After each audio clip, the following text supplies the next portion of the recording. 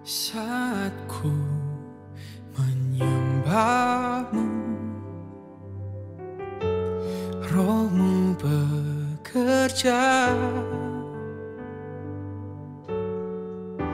Saat ku memujimu, Kau bertahta di atas pujian.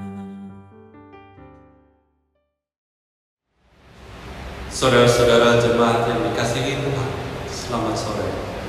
Majelis Jemaat GPI Bebeto Bandung mengucapkan selamat beribadah kepada seluruh warga jemaat dan simpatisan dalam ibadah keluarga pada hari Rabu Minggu ketiga sesudah Paskah. Kiranya ibadah online ini menyenangkan hati Allah dan membawa kebahagiaan ke dalam rumah tangga kita semua. Seorang bijak berkata, ketika engkau mencari Allah, pandanglah ke langit dan carilah di tanah. Allah bukan hanya dapat ditemui di surga, tapi Allah juga hadir dalam kehidupan setiap hari. Kehidupan orang Kristen tidak hanya soal surga, tapi juga soal dunia ini. Ibadah keluarga ini bukan hanya kesempatan bertemu dengan Allah, tetapi juga menjalin persekutuan dengan sesama warga jemaat. Oleh karenanya, mari berdiri untuk memuliakan Allah yang telah mengaruniakan hikmat yang benar dan memanggil kita untuk bersekutu bersama. Tuhan menggunakan seluruh kitab Imamat untuk menjelaskan bahwa umat Israel yang baru saja keluar dari Mesir, keluar dari suatu budaya yang kurang menghormati dewa-dewa mereka. Ketika orang-orang Mesir berdoa kepada patung-patung mereka untuk mendapatkan pertolongan, dan jika pertolongan tersebut tidak datang, mereka terkadang akan mencambuki patung tersebut. Tetapi kitab Imamat menunjukkan bahwa Tuhan yang benar telah memisahkan dari kehidupan yang biasa. Mereka tidak bisa hanya memberikan korban kepada Tuhan. Mereka hanya dapat mempersembahkan korban-korban tersebut dengan cara yang telah ditentukan. Mari, serahkanlah seluruh hidupmu, perhatianmu, hati dan pikiranmu secara utuh untuk memuliakan nama Tuhan yang Maha Kudus. Ketika kita datang menghadap Tuhan, persembahan apakah yang kita bawa? Tanda syukur apakah yang akan berkenan kepadanya? Bentuk kasih seperti apakah yang patut kita angkat di hadiratnya? Hanya Allah yang layak ditinggikan, hanya Kristus yang kita muliakan. Tinggalkanlah kesibukan, marilah berpusat hanya kepada Tuhan. Marilah menyambut firman Allah yang ada di antara kita, menyanyikan puji-pujian sukacita karena kebangkitan Tuhan kita Yesus Kristus memulihkan dan membaharui hidup kita.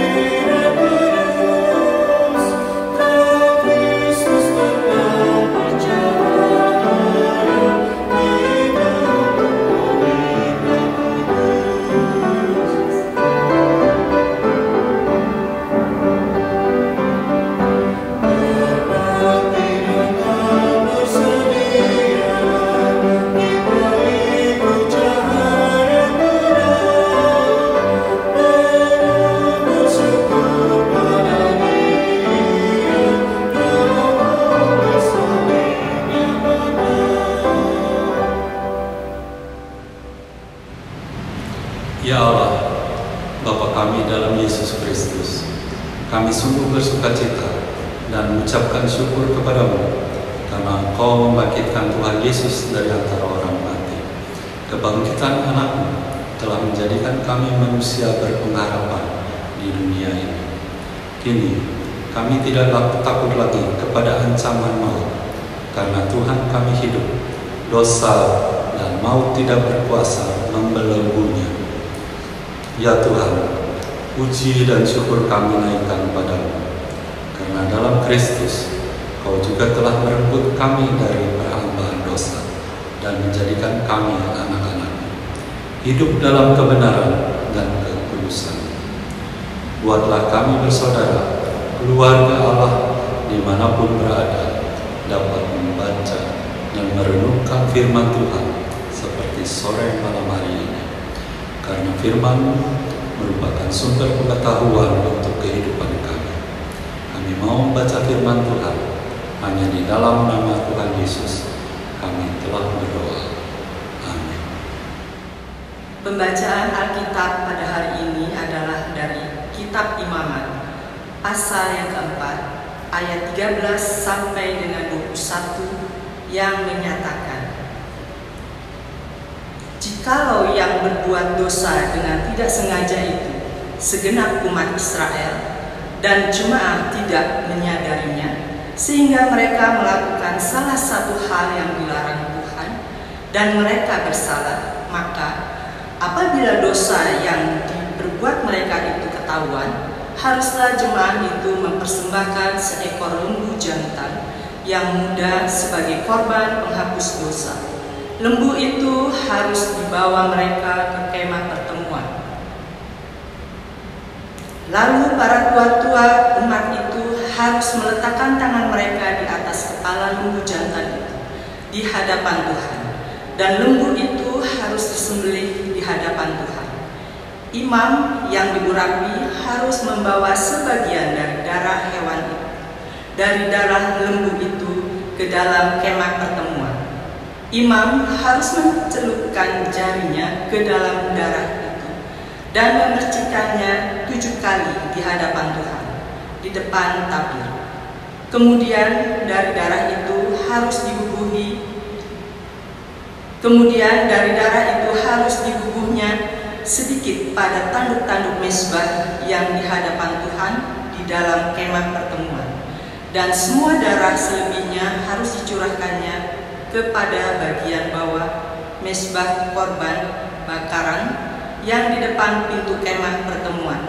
Segala lemak harus dikhususkannya dari lembu itu dan dibakarnya di atas mezbah.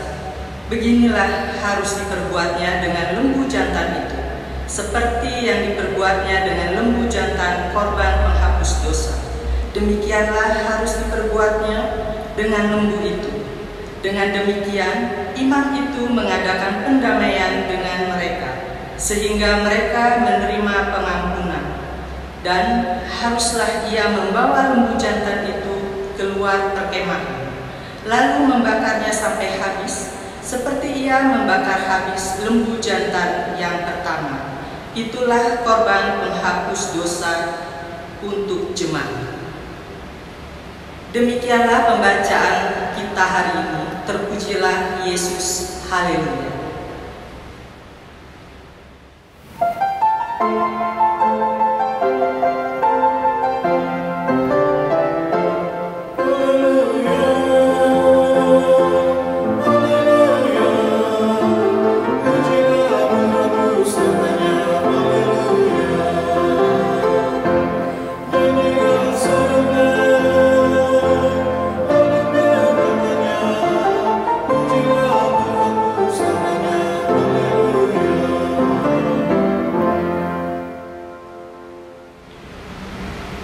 Saudaraku, dari kejauhan lampu lalu lintas di perempatan itu masih menyala hijau. Jack segera menekan pedal gas kendaraannya. Ia tidak mau terlambat. Apalagi ia tahu perempatan di situ cukup padat sehingga lampu merah biasanya menyala cukup lama. Kebetulan jalan di depannya agak lengang. Lampu berganti kuning. Hati Jack berdebar, berharap semoga ia bisa melewatinya segera. 3 meter menjelang garis jalan, lampu merah menyala. Jack pimpang. Haruskah ia berhenti atau terus saja? Aku tak punya kesempatan untuk menginjak rem mendadak, pikirnya sambil terus melaju. Di seberang jalan, seorang polisi melambaikan tangan memintanya berhenti. Jack menepikan kendaraan agak menjauh sambil dalam hati mengumpat. Dari kaca spion ia melihat siapa polisi itu. Wajahnya tak terlalu asing. Kemudian dia berkata, "Hai, itu kan Bob, teman main semasa SMA dulu." Hati Jack agak lega. Ia melompat keluar sambil membuka kedua tangannya. "Hai Bob, senang sekali ketemu kamu lagi." "Hai Jack." Tanpa senyum, sang polisi membalas, sepertinya saya kena tilang nih. Saya memang agak buru-buru, istri saya sudah menunggu di rumah." "Oh ya?" Itu balasan sang polisi. Tampaknya Bob agak ragu. "Bagus kalau gitu. Bob, hari ini istriku ulang tahun. Ia dan anak-anak sudah menyiapkan segala sesuatunya. Tentu aku tidak boleh terlambat." Kemudian dibalas, "Saya mengerti. Tapi sebenarnya kami sering memperhatikanmu melintasi lampu merah di persimpangan ini," kata sang polisi. "Oh, sepertinya tidak sesuai dengan harapan." Jack harus ganti strategi. "Jadi kamu mau menilangku?" "Sungguh, tadi aku tidak melewati lampu merah. Sewaktu aku lewat, lampu kuning masih menyala." Pikir Jack, terkadang berdusta sedikit bisa memperlancar keadaan. "Ayo dong Jack, kami melihatnya dengan jelas. Tolong keluarkan SIM." Dengan ketus Jack menyerahkan SIM, lalu masuk ke dalam kendaraan dan menutup kaca jendelanya. Sementara Bob menulis sesuatu di buku tilangnya. Beberapa saat kemudian Bob mengetuk kaca jendela. Jack memandangi wajah Bob dengan penuh kecewa. Dibukanya kaca jendela itu sedikit. 5 cm sudah cukup untuk memasukkan akan surat tilang. Tanpa berkata kata, Bob kembali ke pos. Jack mengambil surat tilang yang diselipkan Bob di sela-sela kaca jendela. Tapi heran, apa ini? Ternyata SIM-nya dikembalikan bersama dengan sebuah nota. Kenapa ia tidak menilangku? Lalu nota ini apa? Semacam candaan atau apa?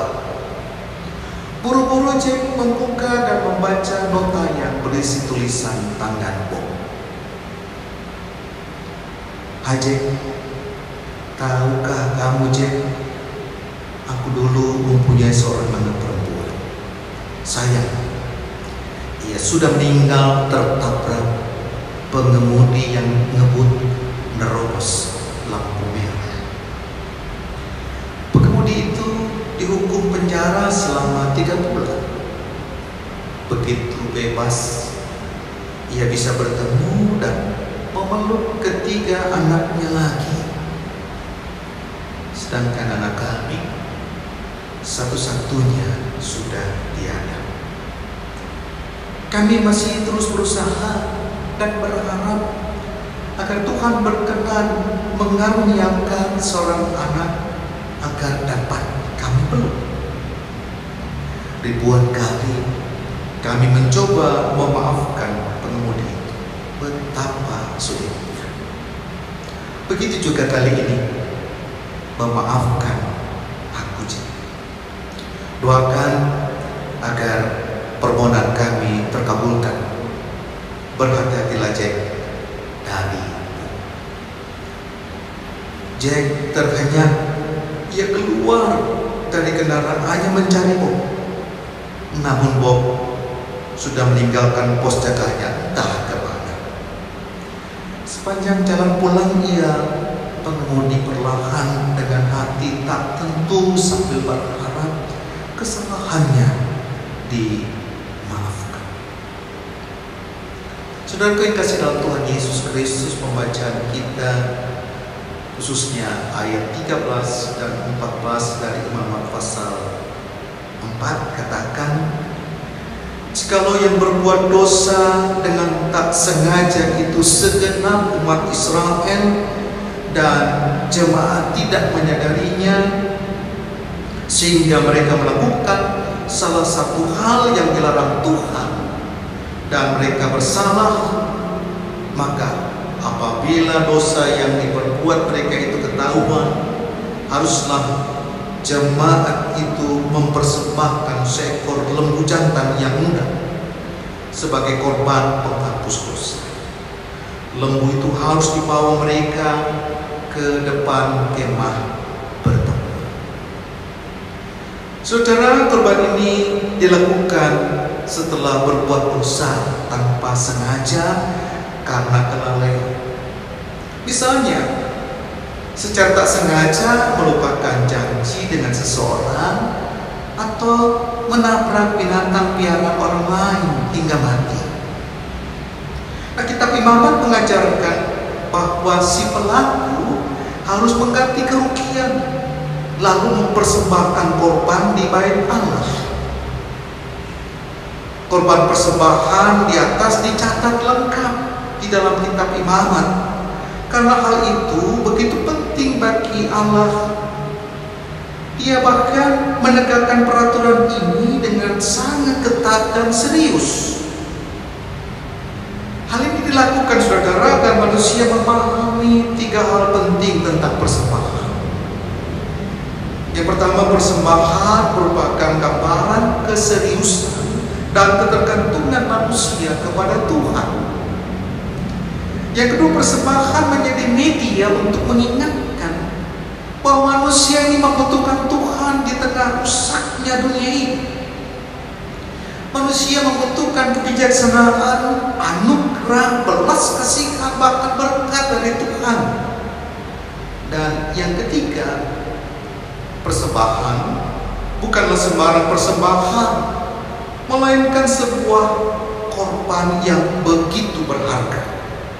Karena itulah Allah memerintahkan agar manusia mempersembahkan korban terbaik. Yang menjadi pokok dalam kitab Imamat ini ialah kesucian Tuhan dan bagaimana manusia harus hidup dan beribadah supaya tetap mempunyai hubungan baik dengan Yahweh, yaitu Allah Israel. Dan bacaan kita mau menegaskan, tidak ada dosa yang tidak mendapatkan konsekuensinya. Apakah itu dosa yang disengaja atau tidak. Membuat dalih bahwa dosa yang tanpa sengaja akan membuat seseorang terbebas dari konsekuensi adalah sesuatu yang salah. Itulah sebabnya setiap dosa harus mendapatkan penebusan. Nah, persoalannya bagaimana caranya? Pembacaan kita dan juga ayat 3 yang pendahulunya mengatakan, maka jikalau yang berbuat dosa itu imam yang rapi sehingga bangsanya turut bersalah, haruslah ia mempersembahkan kepada Tuhan karena dosa yang telah diperbuatnya itu seekor lembu jantan muda yang tidak bercela sebagai korban penghapus dosa. Ayat 3 dan ayat 13. Nah, saudaraku, cara yang ditetapkan oleh Allah untuk menyelesaikan dosa, termasuk dosa yang tidak disengaja, adalah melalui korban binatang. Binatang yang dikorbankan adalah gambaran dari pengorbanan Kristus untuk menggantikan setiap orang berdosa. Dan pengorbanan Kristus telah memenuhi tuntutan Allah atas penyelesaian dosa manusia. Apa soalnya? Apakah kita percaya bahwa Kristus telah berkorban bagi saudara dan saya? Ayat 4 sebenarnya dari Imamat pasal 4 menyatakan ia harus membawa lembu itu ke pintu kemah pertemuan, ke hadapan Tuhan. Lalu ia harus meletakkan tangannya ke atas kepala lembu itu dan menyembelih lembu itu di hadapan Tuhan. Nah, saudaraku, tindakan ini sebagai gambaran dari keyakinan bahwa binatang itu menggantikan dirinya untuk dikorbankan. Nah, sebagaimana orang Israel dituntut untuk percaya bahwa binatang itu telah menggantikan dirinya untuk dikorbankan karena dosa-dosanya, demikian juga Kristus yang telah menggantikan semua upah dosa kita dan telah dijadikan sebagai korban penghapus dosa. Oleh karena itu, ingatlah bahwa tidak ada dosa yang tidak diperhitungkan Allah, dan setiap pelanggaran pasti ada konsekuensi. Nah, saudaraku, sekarang apa yang mesti kita lakukan di tengah-tengah kehidupan kita sebagai pengikut Tuhan? Seorang polisi yang tengah bertugas di hari Minggu pagi menghentikan sebuah mobil yang juga menerobos lampu merah. Mobil ini mengebut dengan kecepatan tinggi dan hampir menabrak beberapa kendaraan dari arah yang berbeda yang sedang menggunakan haknya melintas di saat lampu sedang hijau. Sambil meminta surat-surat kendaraan dan surat izin mengemudi, sang polisi bertanya kepada pengendara, mengapa ia begitu sembrono mengendarai mobilnya dan melanggar peraturan. Dengan santai sang pengemudi berkata, maaf Pak, tapi saya sudah telat ke gereja, terlambat. Saudara, mari kita renungkan ilustrasi sederhana ini dengan pikiran yang baik. Telat ke gereja itu tidak baik. Tapi apakah itu berarti kita tidak boleh seenaknya melanggar peraturan? Bahkan bisa mengancam nyawa orang lain dan diri sendiri atas alasan itu, takut terlambat ke gereja. Apakah iman hanya sebatas tidak terlambat ke gereja? Hanya diucapkan dengan kata-kata, ya, saya orang beriman, tapi sama sekali tidak tercermin lewat perilaku, cara, dan gaya hidup kita. Seperti apa iman itu seharusnya? Yakobus pasal 2 ayat 22 katakan, kamu lihat bahwa iman bekerja sama dengan perbuatan-perbuatan, dan oleh perbuatan-perbuatan itu iman menjadi sempurna. Nah, saudaraku, kiranya kita dapat mewujudkan iman kita lewat hidup secara kudus di hadapan Allah dan juga manusia. Tuhan Yesus memberkati. Amin. Coba Tuhan, mari kita bersama berdoa untuk sahabat kita. Kita berdoa. Bapa di surga, kami datang sedang mengucap syukur karena dalam situasi seperti ini kami masih boleh datang beribadah, kami boleh mendengarkan firman-Mu, kami tetap boleh hidup di hadapan Tuhan seturut dengan kehendak-Mu. Pada kesempatan Tuhan, kami juga berdoa dan memohon berkat Tuhan khususnya bagi pemerintah dan lebih bagi Bapak Presiden dan Wakil Presiden beserta dengan jajarannya. Berikan hikmat kepada mereka ya Bapak, sehingga ketika mereka mengambil sejumlah kebijakan, terlebih dalam penanganan pandemi COVID-19 ini juga mendapatkan respon yang sangat positif, karena ini juga berkaitan dengan bagaimana pemerintah memikirkan akan kesejahteraan bagi seluruh rakyat Indonesia. Berkati ketika juga pemerintah sedang menerapkan akan pembatasan sosial berskala besar, namun Tuhan biarlah tidak menjadi berkepanjangan, sehingga terkadang akan menimbulkan perangkap pendidikan yang begitu berat.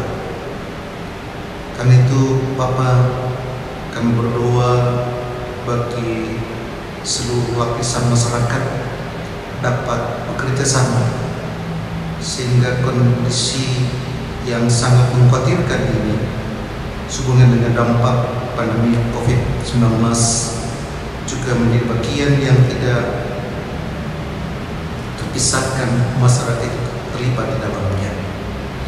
Kami berdoa juga bagi saudara kami, orang-orang yang terpapar oleh karena pandemi COVID-19.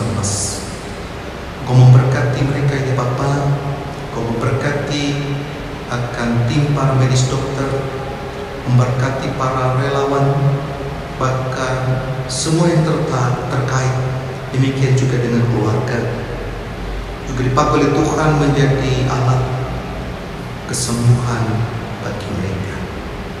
Kami berdoa bagi TNI dan Polri yang juga diberikan kepercayaan untuk menjaga keamanan, stabilitas nasional, diberikan juga kekuatan, berikan juga hikmat, berikan juga kesabaran, sehingga upaya untuk mensejahterakan rakyat juga boleh menjadi bagian yang tidak terpisahkan. Kami mendukung dalam doa bagi Majelis Menurut PB beserta dengan Satgas COVID-19. Kau berkati menjadi bagian ketika gereja bukan hanya bersekutu, bukan hanya juga melayani, tapi mau berdiakoni, mau berbagi kasih, terutama bagi orang-orang yang membutuhkan akan kepedulian, perhatian, dan juga berkat. Demikian juga Tuhan, kami berdoa dan mohon berkat-Mu bagi IPB Jemaat Bethel Bandung. Kau berkati baik melalui majelis jemaat, demikian juga jemaat, seluruh warga jemaat dan simpatisan yang ikut merasakan bagaimana berkat Tuhan nyata dalam kehidupan ini. Berkati mereka dalam keadaan ekonomi yang juga sangat memprihatinkan.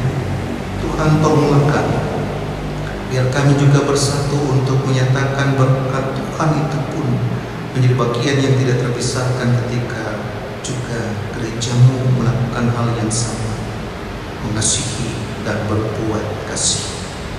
Terima kasih Bapa di surga. Kami juga tak lupa berdoa untuk forum pimpinan daerah Jawa Barat dan khususnya Kota Bandung. Kau memberkati ketika sebagai warga kami juga berdoa bagi mereka, sehingga ketika kami merasakan tangan Tuhan juga memakai mereka, Tuhan memberkati juga setiap anak-anak Tuhan yang Kau pakai di sana. Kami menyerahkan akan setiap keluarga rumah tangga, mulai dari sektor pelayanan 1 hingga sektor pelayanan 9. Kau berkati dengan segala hal yang terjadi ketika kami hanya bisa melakukan ibadah keluarga secara online.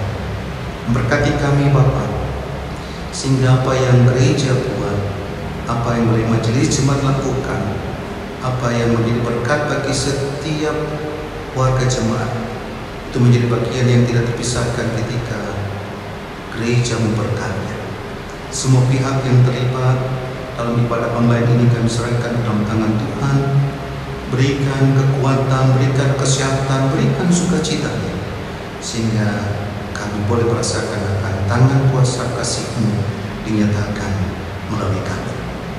Terima kasih Bapa di surga, berkati akan segala sukacita syukur hati kami ketika kami merasakan berkat yang terindah yang boleh terjadi di tengah-tengah kami. Inilah Bapa doa syukur kami dan permohonan kami yang kami naikkan hanya dalam satu nama, Yesus Kristus yang adalah Tuhan dan Selamat kami. Ya Tuhan, dalam pengasihan-Mu kami mohon, dengarkanlah permohonan kami. Pelihara kami dalam Yesus Kristus Tuhan dan Selamat kami yang telah mengajar kami berdoa bersama-sama. Bapa kami yang di surga, dikuduskanlah nama-Mu, datanglah kerajaan, jadilah kehendak-Mu di bumi seperti di surga. Berikanlah kami pada hari ini makanan kami secukupnya, dan ampunilah kami akan kesalahan kami, seperti kami juga telah mengampuni orang yang bersalah kepada kami. Dan jangan kami dalam pencobaan, tapi lepaskanlah kami daripada yang jahat.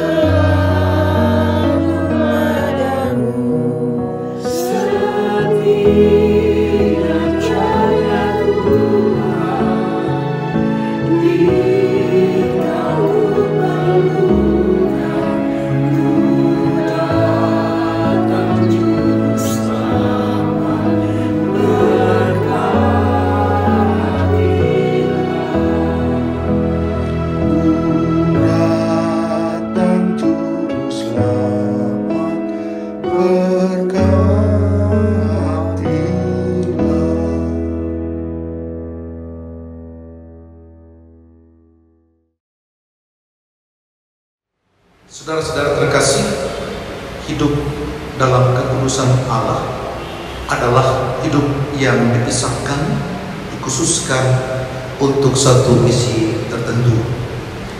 Demikian juga ketika diterjemahkan dalam dunia perjanjian baru, mempunyai makna yang sama. Karena itu, tidak sedikit orang yang berpendapat bahwa hidup dalam kekudusan Allah berarti hidup yang memisahkan diri dari masyarakat umum, dari kehidupan dunia yang cemar ini, dan tindakannya cenderung mengasingkan diri. Menarik untuk memerhatikan kenyataan hidup dalam kekudusan yang dipaparkan dalam perenungan kitab Imamat. Pengertian menguduskan Allah berarti memilih hanya Allah yang patut dikhususkan untuk disembah, dimuliakan. Ketika seseorang menguduskan Allah, maka dengan sendirinya ia akan berusaha menjauhkan diri dari hal-hal yang tidak disukai oleh Allah. Dengan demikian, ia akan memiliki hubungan yang baik dengan Allah karena selalu berusaha untuk menyenangkan hati Tuhan. Firman-Nya, "Kuduslah kamu, sebab Aku Tuhan Allahmu kudus." Marilah bernyanyi memuliakan Allah kita.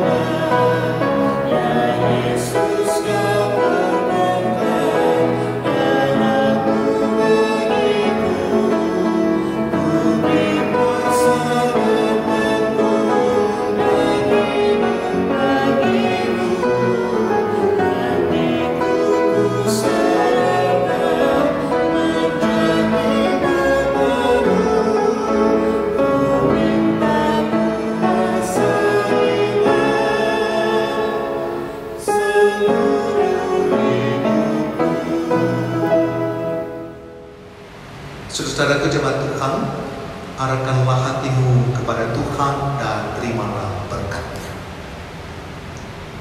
Tuhan memberkati engkau dan melindungi engkau. Tuhan menyinari engkau dengan wajah-Nya dan memberi engkau kasih karunia. Tuhan menghadapkan wajah-Nya kepadamu dan memberi engkau damai sejahtera.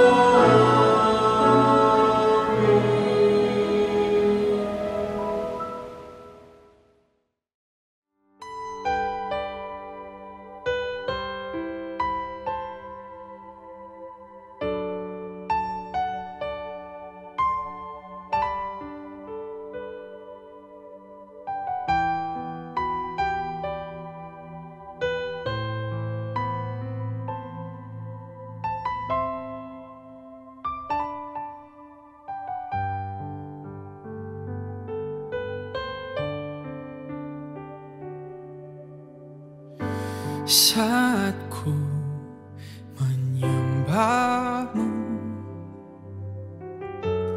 Roh-Mu bekerja. Saat ku memuji-Mu, Kau bertahta di atas pujian. Saat ku menyembah-Mu, Roh-Mu bekerja. Saat ku memuji-Mu, Kau bertahta di atas pujian. Ku angkat hatiku, ku pandang kekudusan-Mu. Saat ku sembah, ku puji-Mu, ku rasakan kehadiran-Mu Tuhan.